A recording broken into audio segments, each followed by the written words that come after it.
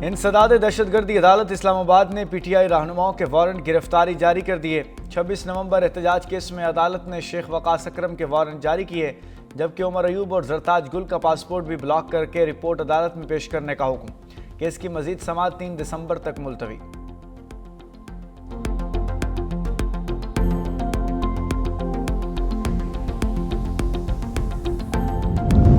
27वीं आईनी तरमीम पर सुप्रीम कोर्ट के अंदरूनी इख्तलाफात मजीद गहरे हो गए। जस्टिस अतहर मिनल्ला ने भी चीफ जस्टिस याहिया अफरीदी को खत लिख दिया। जस्टिस अतहर मिनल्ला ने अदलिया के किरदार पर सख्त सवालात उठा दिए। खत में कहा, सुप्रीम कोर्ट अक्सर ताकतवर के साथ खड़ी रही, आवाम के साथ नहीं। जुल्फ़िकार अली भुट्टो की अदालत को अदलिया का नाकाबिले माफ़ी जुर्म था। बेनज़ीर भुट्टो, नवाज शरीफ और मरीम नवाज के खिलाफ कार्रवाइयाँ भी इसी सिलसिले की कड़ियाँ हैं। खत में कहा गया, इस्लामाबाद हाई कोर्ट को अवामी एतमाद हासिल करने पर निशाना बनाया गया और बहादुर जजेस के एतराफ़ात सुप्रीम कोर्ट के ज़मीर पर बोझ बन चुके हैं।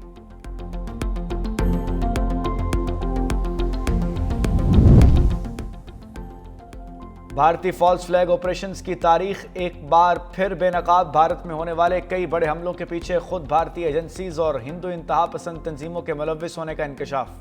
भारतीय पुलिस रिपोर्ट के मुताबिक समझौता एक्सप्रेस धमाका हिंदू इंतहा पसंदों की कारस्तानी था, लेकिन इल्ज़ाम पाकिस्तान पर लगाया गया।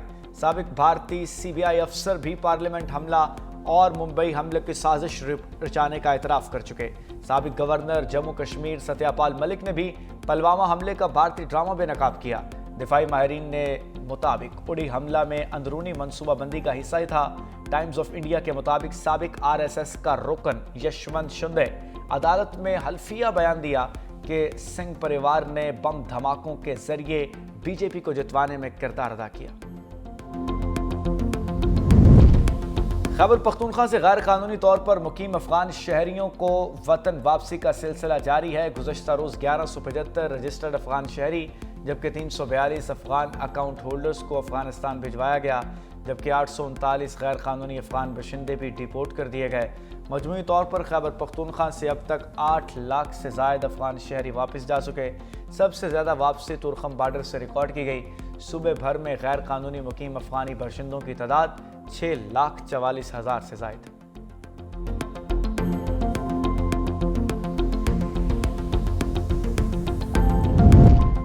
और वफाकी वजीर जाम कमाल खान की ज़ेर सदारत मलेशिया गोश्त बरामदात कमेटी का इजलास। गोश्त की बरामद का $200 मिलियन का हदफ मुकर्रर किया गया।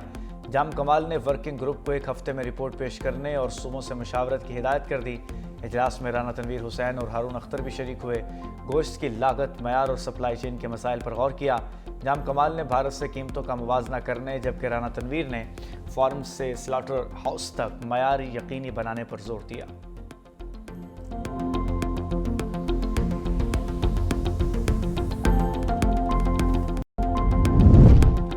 इस वक्त 27वीं आईनी तरमीम मंजूर कराई जा रही है। बिलावल भुट्टो का तकरीब से खिताब। कहा, हमारा मुतालबा है कि मुल्क में आईनी अदालत होनी चाहिए। हमने 18वीं तरमीम इत्तफाक राय से मंजूर कराई।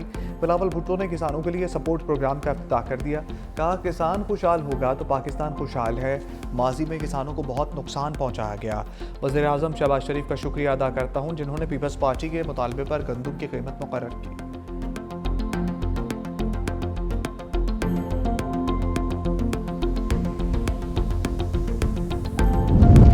तरमीम जो ये करने जा रहे हैं आइन के मुनाफी है। बैरिस्टर गौहर कहते हैं इसके खिलाफ एहतजाज करेंगे, अदालत जाएंगे। इस कानून साजी के बाद पहली बार होगा पाकिस्तान में कोई चीफ जस्टिस नहीं होगा। इस तरमीम पर लोग सोग में हैं। तरमीम इत्तफाक राय से होती है, अददी तादाद देखकर नहीं होती।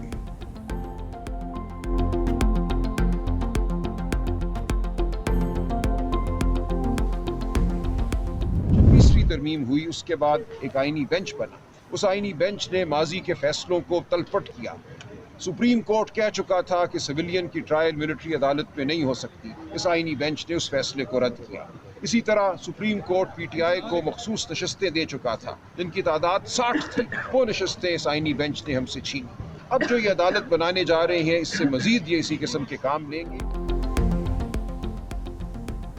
27वीं तरमीम के बाद हुकूमत मर्जी के जज तैनात करेगी। पीटीआई रहनुमा सलमान अकरम राजा की पार्लियामेंट में गुफ्तगू। कहा 26वीं तरमीम के बाद आईनी बेंच ने सिविलियन के ट्रायल की इजाज़त दी। आईनी बेंच ने पीटीआई की 60 नशस्तें उनको दी जिनको वोट नहीं पड़े। इस तरमीम का बराह रास्त असर मुल्की जमहूरियत पर पड़ेगा।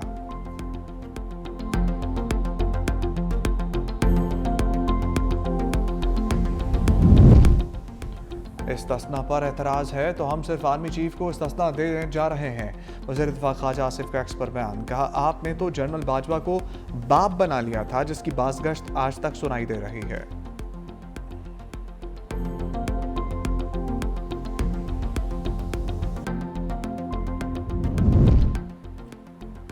किसी भी जमात के आर्टिकल 243 पर कोई बात नहीं की। सेनेटर फैसल वाबजा कहते हैं तरमीम पाकिस्तान की सलामती के लिए थी। सैफुल्लाह अबड़ू ने कौमी फरीज़ा अंजाम दिया। कौमी असम्बली में ये बिल पानी से भी तेज़ी से मंजूर होगा।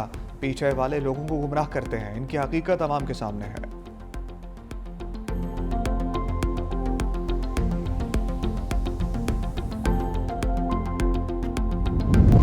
भारतीय दारुल हुकूमत नई दिल्ली में धमाका, 10 अफराद हलाक, मुतअद्दिद जख्मी। भारतीय मीडिया के मुताबिक धमाका लाल किला मेट्रो स्टेशन के गेट नंबर 1 के करीब गाड़ी में हुआ। धमाके के बाद मुतअद्दिद गाड़ियों में आग भड़क उठी।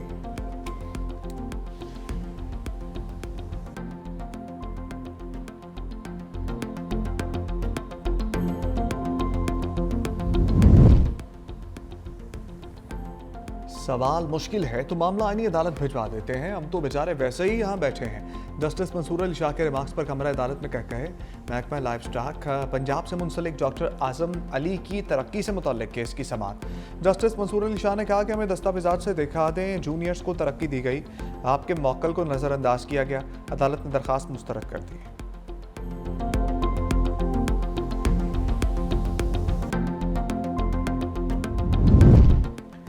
पीआईए इंतजामिया और इंजीनियर्स में तनाज़ा हल ना हो सका। इंजीनियर्स की हड़ताल मजीद 7 परवाज़ें मनसूख। 48 ताख़ीर का शिकार, फ्लाइट शेड्यूल मुतासर होने से मुसाफिर ख्वार।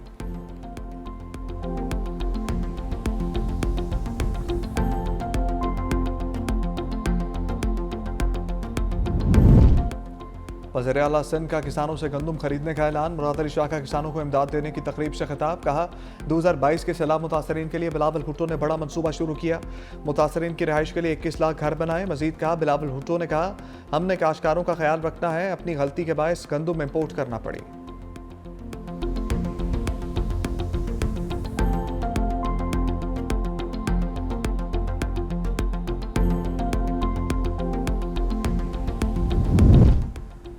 COP30 कॉन्फ्रेंस में पंजाब की तरफ से पाकिस्तान पवेलियन कायम। वज़ीर आला मरियम नवाज पवेलियन का बाज़ाब्ता इफ्तिताह करेंगी। खिताब में पंजाब हुकूमत की माहौल दोस्त पॉलिसियों पर इज़हार ख्याल करेंगी। पवेलियन में सुथरा पंजाब और समेत दीगर इक़दाम को उजागर किया जाएगा।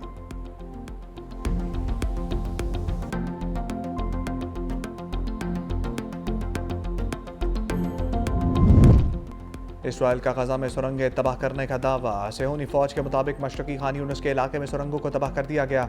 इसराइल की जंगबंदी के बावजूद मुसलसल गोलाबारी, कई घर तबाह। इसराइली फौज के सरबराह लेफ्टिनेंट जनरल एयाल ज़मीर का कहना है कि सुरंगों में इसराइल के खिलाफ खुफिया सरगर्मियां चल रही थीं।